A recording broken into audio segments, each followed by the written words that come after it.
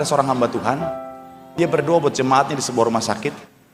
Kemudian ketika dia berdoa, selesai berdoa buat jemaatnya, hatinya tergerak untuk berdoa buat seorang pria yang terbaring koma di ruangan sebelahnya.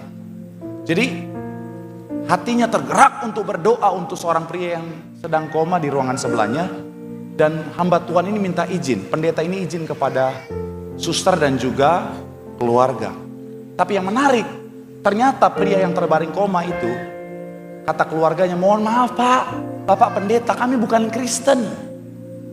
Tapi pendeta ini tergerak untuk, saya digerakkan Tuhan untuk berdoa.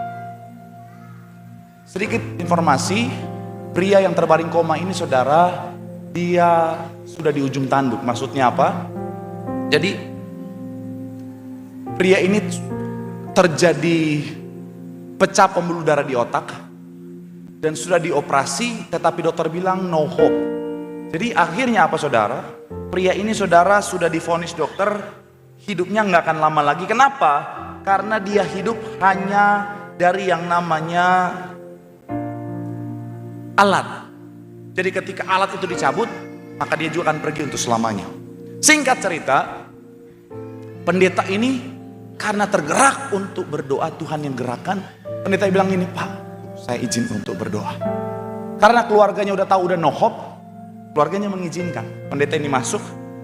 Yang menarik, pendeta ini keluarin minyak urapan dan urapi dan bilang begini kepada pria ini yang sementara koma. Kamu akan sembuh, besok jam 10 kamu akan bangkit, kamu akan pulang, minta maaf kepada keluarga, dan kamu akan dipulihkan sempurna. Selesai. Menariknya besoknya jam 10 orang ini bangkit, sembuh lagi saudara.